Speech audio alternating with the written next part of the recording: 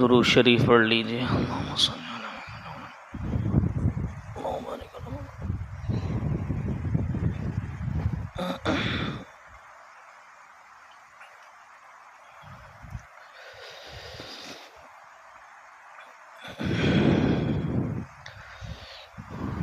वाजिबुल एहतराम काबिल क़दर दोस्तों, बुज़ुर्गों और अज़ीज़ साथियों, अस्सलामु अलैकुम वरहमतुल्लाहि ताला वबरकातुहू। कुरान करीम की दो आयत मुबारक जनाब रसूलुल्लाह सल्लल्लाहु अलैहि वसल्लम की अहादीस तय्यबा में से एक हदीस तिलावत की है। दुआ है कि अल्लाह तबारक व तआला इसका सही मफ़हूम बयान करने की और हम सब को इस पर अमल करने की तौफ़ीक़ नसीब फ़रमा दे और अल्लाह हम सब के ज़ाहिर और बातिन की इस्लाह का ज़रिया बना दे। गुज़िश्ता जुमे भी इसी मौजू पर बात शुरू की थी कि अल्लाह तबारक व तआला ने हमें जो दीन इस्लाम अता किया है, उस दीन इस्लाम ने हमें एक दूसरे के हुकूक बड़े अच्छी तरह सिखाए हैं, और ये बहुत बड़ी बात है। यही दीन इस्लाम है जिसने ये बताया है कि तुम्हारे वालिदैन के तुम पर क्या हक़ है। यही दीन इस्लाम है जिसने ये भी बताया कि भाई के भाई पर क्या हक़ है, औलाद के अपने बाप पर क्या हक़ है, बाप के औलाद पर क्या हक़ है, माँ के साथ कैसा रवैया होना चाहिए, बाप के साथ कैसा रवैया होना चाहिए, आपस में तुम्हारे ताल्लुकात कैसे होना चाहिए। ये ख़ूबसूरत दीन इस्लाम ने हमें इसकी तालीम दी। इस्लाम ने हमें जानवरों की तरह नहीं छोड़ा कि जैसा चाहो खाओ, जैसा चाहो जियो। नहीं, दीन इस्लाम ने हमें आने का भी तरीक़ा बताया, दीन इस्लाम ने हमें जाने का भी तरीक़ा बताया, और ये भी बताया कि तुम्हारा आना किस लिए है और तुम्हारा जाना किस लिए है। तबारकल्लज़ी बियदिहिल मुल्क व हुवा अला कुल्लि शैइन क़दीर अल्लज़ी ख़लक़ल मौत वल हयात लियब्लुवकुम अय्युकुम अहसनु अमला। तुम्हारा आना भी अल्लाह के लिए है, तुम्हारा जाना भी अल्लाह के लिए है। दीन इस्लाम ने हर चीज़ के हुकूक बताए, लेकिन अफसोसनाक अलमिया इस वक्त ये है, जो पिछली जुमे भी अर्ज़ किया, कि आज मुसलमान ने जब इस दीन इस्लाम को अपनी पुश पर डाला, अब उसको समझ ही नहीं आ रहा कि मैं जीऊँ किस तरह, मेरे माँ बाप के मुझ पर क्या हक़ है, बहन भाइयों के क्या हक़ है। जो मुंह में आया कह रहा है, जो हाथ में आया कर रहा है, जिस तरह जी चाह रहा है वक्त गुजार रहा है। दीन इस्लाम का ये मिजाज नहीं है दोस्तों, बहुत तवज्जो से बात सुनने की ज़रूरत है। दीन इस्लाम ने एक एक चीज़ का हक़ बताया, और मैं अजीब बात आपको बताऊं, जनाब रसूलुल्लाह सल्लल्लाहु अलैहि वसल्लम को जब नबूवत मिली और आपको अल्लाह ने नबूवत से सरफराज किया, तो 13 साल आप मक्कतुल मुकर्रमा के अंदर रहे हैं दोस्तों। 13 साल, उस 13 साल के अंदर कोई जंग नहीं हुई। उसको हमारे उलमा ने, मुफस्सिरीन ने, मुहद्दिसीन ने ये अल्फाज से ताबीर किया कि अल्लाह के नबी ने इन 13 साल में इस्लामी उम्मत को कायम किया। ये अल्फाज याद रखना, उम्मत को कायम किया 13 साल के अंदर, कि जोड़ बैठ जाए, तादाद पैदा हो जाए, इनको आपस में एक दूसरे के हुकूक का इल्म हो जाए। इसको कहते हैं उम्मत। 13 साल में उम्मत की फ़िक्र की कि जोड़ का अंदाज़ा हो, इनको एक दूसरे के हक़ का पता चले, एक दूसरे के इनको शुरूफ का पता चले कि इसका क्या शर्फ है, इसकी क्या इज़्ज़त है। कोई लड़ाई की बहुत नौबतें आई, किसी ने मारा, कचरा डाला, गालियाँ दी, सब कुछ कहा, लेकिन उस वक्त आप मक्कतुल मुकर्रमा में इस्लामी उम्मत को कायम करना चाहते थे।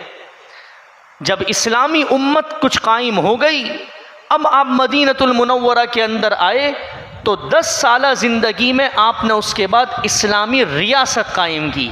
ये फ़र्क है दोनों में। 13 साल के अंदर जोड़ पैदा किया, इसलिए कहते हैं जोड़ पैदा करने में बहुत मुश्किलात आती है। उसमें फिर ताइफ के पत्थर भी है, उसमें फिर अपनों की मार भी है, अपनों के अल्फाज भी हैं। जब एक उम्मत पैदा हो गई, जान देने वाले पैदा हो गए, जान निछावर करने वाले पैदा हो गए, अब आपने मदीनतुल मुनव्वरा में इस्लामी रियासत कायम की। और जब इस्लामी रियासत आपने कायम की, उसके बाद इस उम्मत को जो आपने पैदा किया उसको आपस के जोड़ बताए। इसीलिए क़यामत तक के आने वाले लोग, अगर कोई उम्मत रियासत बनाना चाहती है, तो उसको रोल मॉडल जो अपनाना पड़ेगा, उसको जो फॉलो करना पड़ेगा, वो मदीना की रियासत को फॉलो करना पड़ेगा। इसके बगैर वो कुछ नहीं कर सकता, क्योंकि मेरे नबी ने इस्लामी रियासत को कायम किया, एक एक के हक़ बताए, एक एक के हुकूक बताए। ऐसे हुकूक बताए कि जब मुहाजिरीन यहाँ पर आ गए अंसार के पास, और आपने जब तालीमात दी, तो एक एक बीवियों को तलाक दे के एक भाई के हवाले कर दिया, बागों को हवाले कर दिया। फिर कुरान भी बोल पड़ा, युसिरूना अला अनफुसिहिम वलौ कान बिहिम खसासा, कि तरजीह देते हैं, एक दूसरे पे जान लुटाते हैं, एक दूसरे के हुकूक का ख्याल करते हैं। ये इन्होंने मक्कतुल मुकर्रमा के अंदर नबी से पाया, और जब नबी ने इस्लामी रियासत को कायम किया तो इस्लामी रियासत के अंदर आके इन्होंने अमली ज़िंदगी से बताया कि एक औलाद अपने बाप का कैसे हक़ अदा करे, एक ताजिर कैसे तिजारत करे, एक जो है ज़मीनों का मालिक कैसे ज़मीनों को चलाए, कैसे उसकी ज़कात दे, कैसे उसका उशुर दे, ये सारी अमली ज़िंदगी बताई। इस तमहीद के बाद अर्ज़ ये करना चाहता हूँ कि आज हमारे इस उम्मत के अंदर, हमारे इस ज़माने के अंदर और हमारे लोगों के अंदर ये सारी तरबियत उठती चली जा रही है, और हमारे अंदर जो चीज़ें आ रही है वो तवज्जो से सुनने के काबिल है कि नबी अलैहिस्सलातु वस्सलाम ने जिन 13 साल और 10 साल के अंदर एक दूसरे के हक़ बताए थे कि हक़ क्या हैं, किसके कैसे बात करनी है, कैसे रहना है, कैसे पेश आना है, कैसे हुकूक अदा करने हैं, आज हमारी उम्मत ने दूसरे लोगों को फॉलो कर कर एक दूसरे के हुकूक को पामाल कर दिया। और हमारे इस ममलिकत में, इस सरजमीन के अंदर हालिया ऐसे वाक़ियात पेश आए कि इस्लामी दुनिया में उसका तसव्वुर नहीं हो सकता। सबसे बड़ी हमारे अंदर ख़राबी शिद्दत पसंदी, शिद्दत आ गई हमारे अंदर, जुनून आ गया, जुनून से हम आशना, हम जुनून के अंदर आ गए, हम शिद्दत पसंदी के अंदर आ गए। हालांकि मेरे नबी ने तो बड़ी मोतदिल ज़िंदगी बताई है, कहाँ शिद्दत करनी है, कहाँ जुनून इख्तियार करना है। अब इस शिद्दत और जुनून के अंदर आके किसके हुकूक पामाल हो रहे हैं मेरे नौजवान को कुछ नहीं पता। इसी पाकिस्तान का वाक़िया है, इसी कराची का वाक़िया है, इसी जुनून और शिद्दत पसंदी की मैं आपको मिसाल देता हूँ। हालिया हमने पढ़ा और देखा और सुना कि 2 भाइयों की आपस में लड़ाई हुई, चूँकि इस्लाम दिल के अंदर नहीं था, ज़ुबान पर था। यही हमारा हाल है, हम फॉलो नहीं कर रहे, हम फॉलो किसी और को कर रहे हैं। 2 भाइयों की आपस में अभी हालिया वाक़िया हुआ, 2 भाइयों की लड़ाई हुई, आपस में बात बढ़ी, एक जो है वो आला लिया मारने का और उसको ज़िबा कर दिया, ख़त्म कर दिया। अला इन्ना अम्वालकुम व दिमाकुम व अराज़कुम हरामुन अलैकुम, ये मेरे नबी का हज्जतुल वदा में अल्फाज थे। पामाल कर दिया उसको। आपने फरमाया अला इन्ना अम्वालकुम, तुम्हारे अमवाल, व दिमाकुम, खून, व अराज़कुम, तुम्हारी इज़्ज़त हरामुन अलैकुम, हराम है एक दूसरे पर। का हुर्मती यौमिकुम हाज़ा फ़ी बलदिकुम हाज़ा व फ़ी शहरिकुम हाज़ा, जैसे आज के दिन में खड़ा हुआ हूँ, आज का जो महीना है, चूँकि आप हज्जतुल वदा में खड़े थे। क्यों ऐसा हुआ? हमारा नौजवान क्यों इस्लाम से निकला? हमारी गलतियों की वजह से, हमारी गलतियों की वजह से। जब हमारे मिंबरों पे खुतबा ने, हमारे मिंबरों पर वाइज़ों ने, हमारे उलमा ने, हमारे अच्छे दीनी स्कॉलरों ने, हमारे मुस्तनद उलमा ने जब आके कहा कि अपने बच्चों को उलमा के हवाले करो, अपने बच्चों को मदारिस के हवाले करो, अपने बच्चों को तबलीग और दावत से जोड़ो, अपने बच्चों को खानकाओं से जोड़ो, तो हमने उस वक्त ये अल्फाज कहे, ज़रूरत नहीं है इसकी, ये तो पाकिस्तान है, दीन इसका नाम नहीं है कि सूफ़ी बन जाओ। आज इस सूफियत का नतीजा कत्ल व गारत से निकल रहा है, अब उसको बर्दाश्त करो। माहौल के बगैर किसने कहा कि उम्मत सही होती है? कुरान उतर जाता काफ़ी था? नहीं। हुवल्लज़ी बाअस फ़िल उम्मिय्यीन रसूलन मिनहुम, आपको भेजा कि नबी इनकी तरबियत कीजिए, व युज़क्कीहिम, इनका तज़किया कीजिए, इनको बताओ कि तुम्हारे हक़ क्या है, व युअल्लिमुहुमुल किताब वल हिकमा, इनको समझाओ कि क्या, हालांकि अरबदान थे, कुरान उतर जाता काफ़ी था। ये हमारे आज माशरे का हाल है कि अभी 14 अगस्त आगे आ रही है, जिस ममलिकत के लिए हमारी माएँ बेवा हुई है, बच्चे यतीम हुए, मिस्कीन हुए हैं, और नौजवान की गर्दनें दरख्तों पर लटकी, आज उस सरजमीन के ऊपर एक भाई दूसरे भाई को कत्ल कर रहा है। किस पर? एक छोटी सी बात पर। यह ज़माना जाहिलियत है।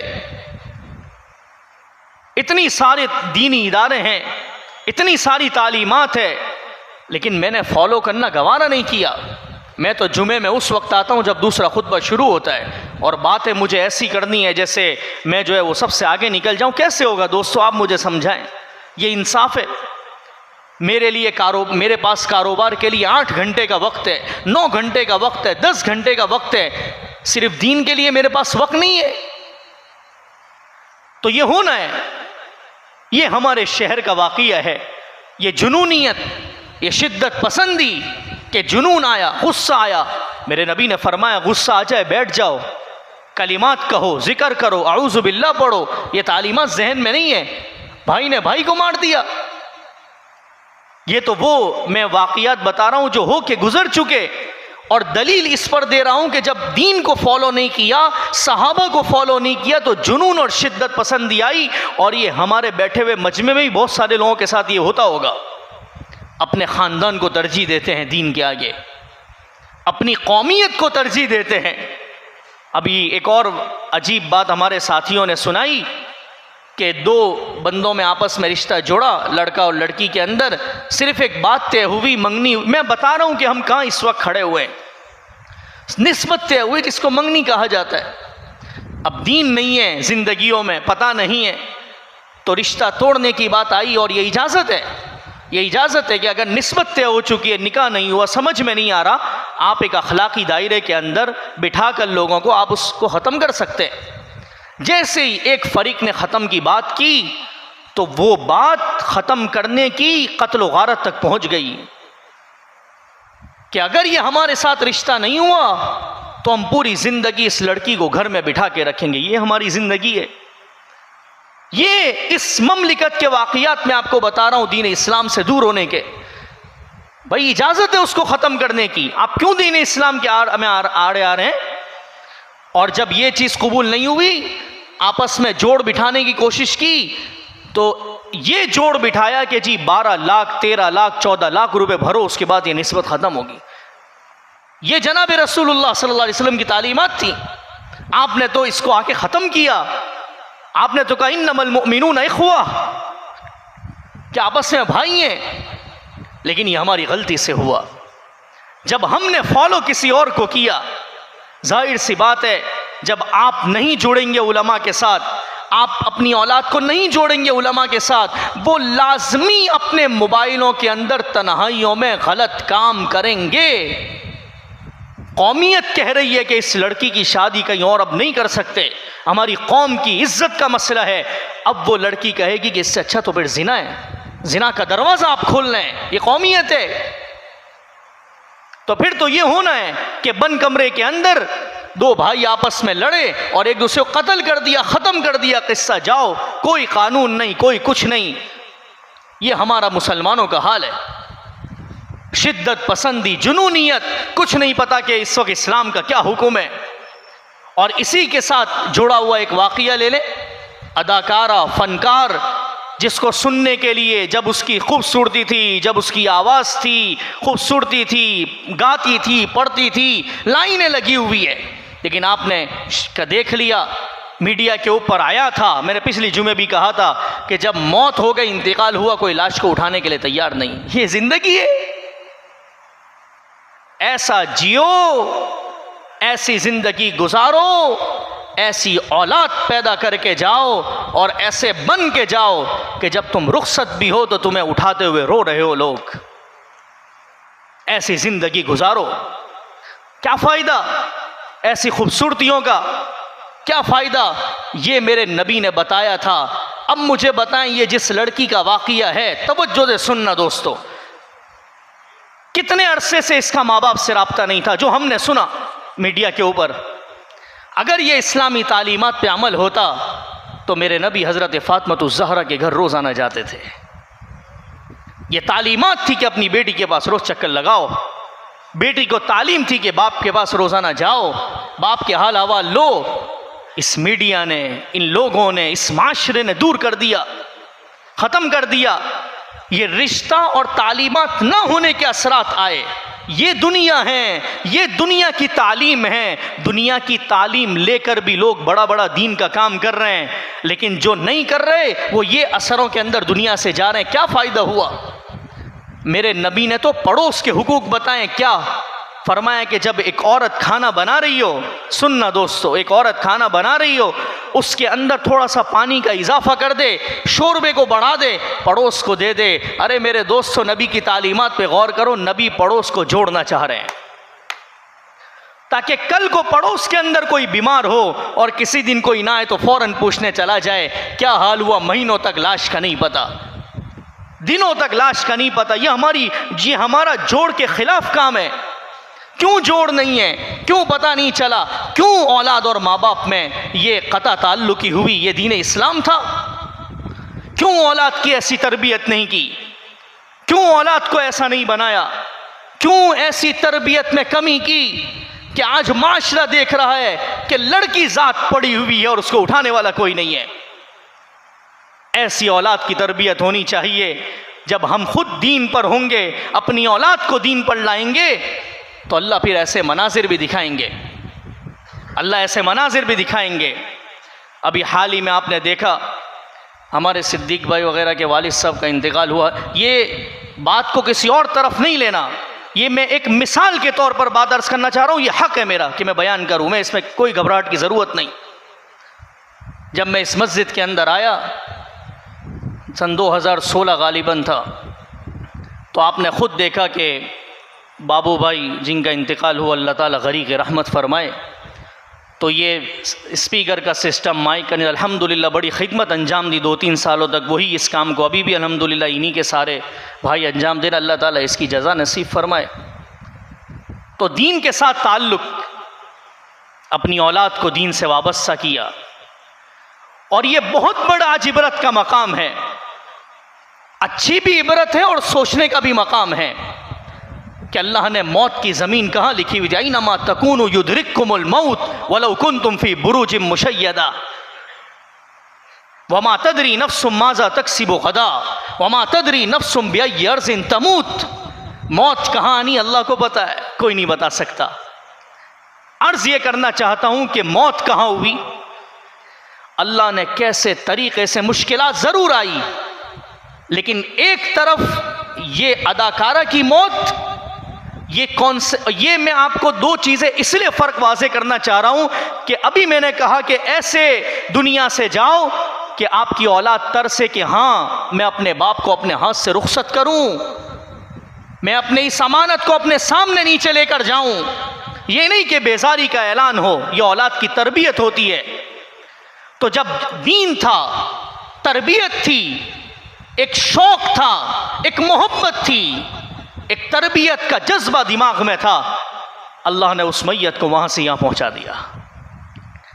ज़रूर देर लगी, लेकिन यकीन करो दोस्तों, ये हमारे लिए एक बहुत बड़ा सबक है कि जब कोई दीनदार जाता है तो ऐसे जाता है। ये तरबियत, और भी बहुत सारे लोग ऐसे होंगे।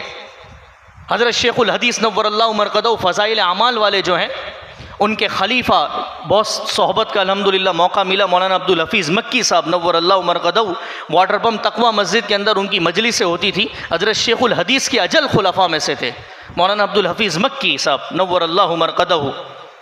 अल्हम्दुलिल्लाह हम जब हिफ्ज़ कर रहे थे तो हज़रत की मजालिस तक़वा में होती थी, बहुत ज़्यादा खिदमत का मौका मिला।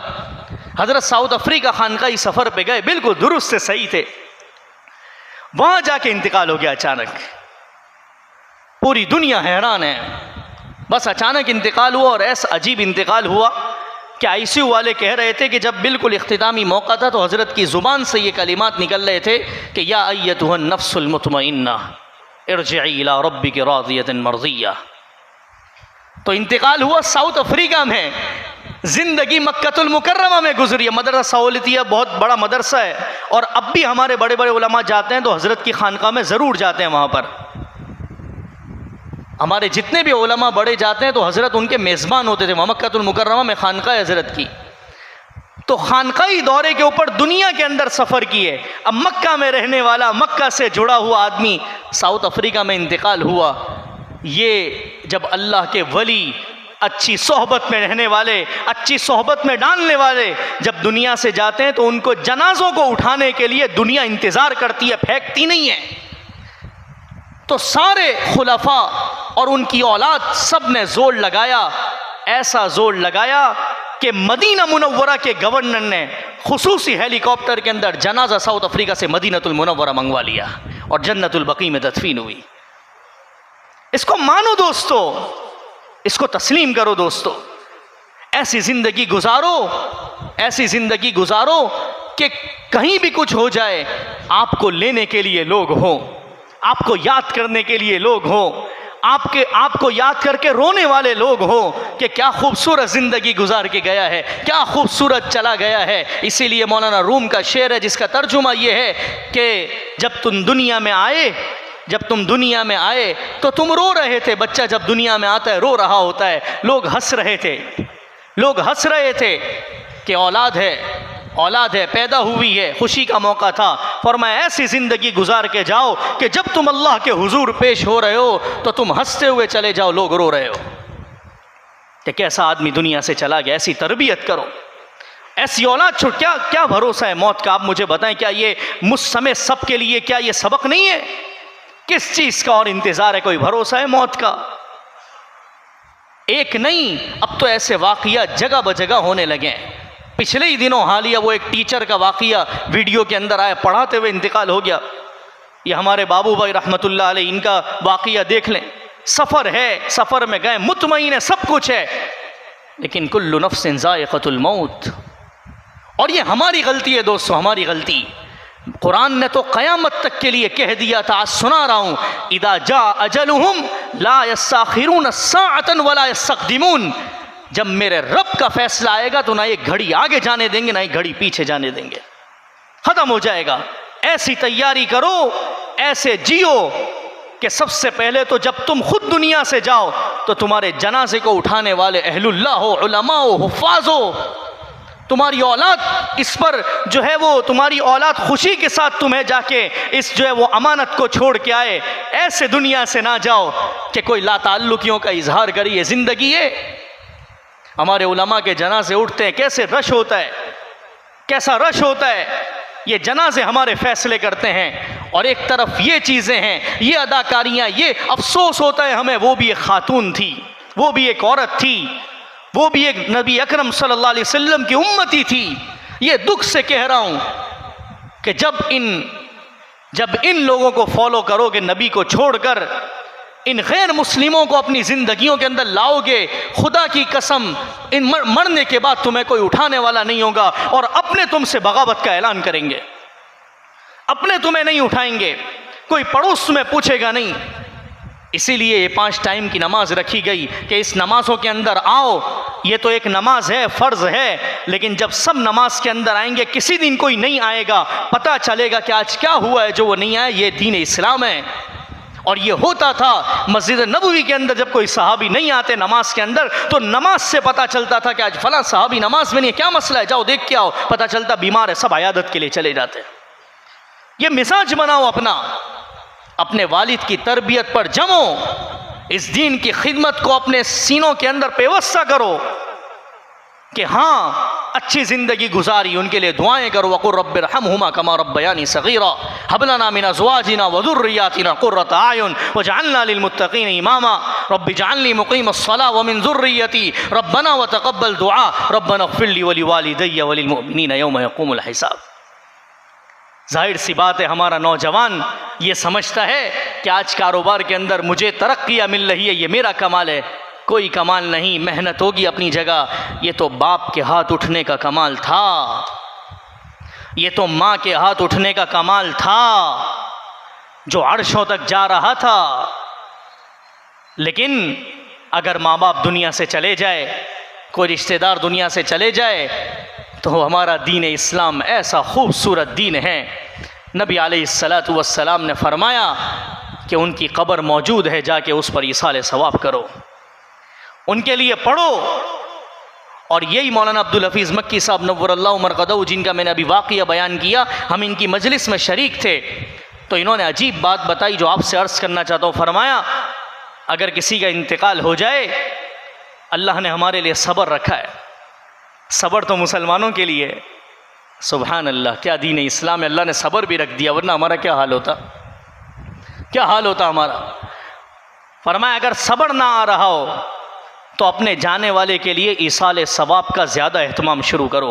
अजीब नुक्ता बताया, फरमाया कि ईसाले सवाब ये मुर्दे को फ़ायदा तो पहुंचा रहा है, लेकिन अल्लाह ने इसमें ऐसा कमाल रखा है कि ईसाले सवाब करने वाले को सब्र भी आना शुरू हो जाता है, ये खुद ऑटोमेटिकली तौर पर। कह रहे ये अजीब ईसाले सवाब में कमाल है।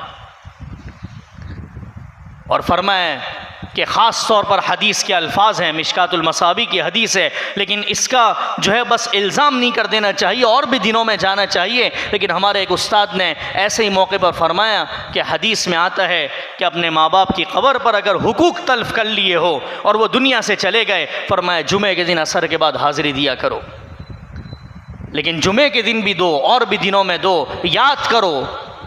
और जिनके माँ बाप ज़िंदा है वो ये देख के सबक सीखें कि जिनके माँ बाप दुनिया से चले जाए, अब वो चले गए, जिंदा हैं, मेरे माँ बाप, उनकी कदर करो। यकीन करो ये हाथ उठने की वजह से आज हम यहाँ होते हैं, आज हमारी तरक्कियाँ इसलिए होती है। और सबसे बड़ी चीज़ जो मैं अर्ज़ करना चाहता हूँ, इन चीज़ों को देखकर अपनी मौत की तैयारी और फ़िक्र करो दोस्तों। ये क़ुर्ब क़यामत है। अचानक के हादसात नबी ने फरमाया क़ुर्ब क़यामत है, लेकिन खुशनसीब है वो आदमी जो अचानक भी अल्लाह की रज़ा में चला गया। लेकिन तैयारी तो करो।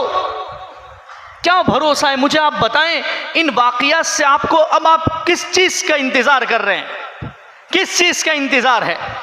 किस चीज़ पर मुतमईन है? एक झटके के अंदर ख़त्म, चले गए ऊपर, एक झटके के अंदर सारी चीज़ें ख़त्म। ये आज ये वाक़िया और ये वाक़िया जो शहर कराची में हो रहे हैं, कोई भाई को कत्ल कर रहा है, कोई मुर्दा पड़ा हुआ है, कोई उठाने वाला नहीं है।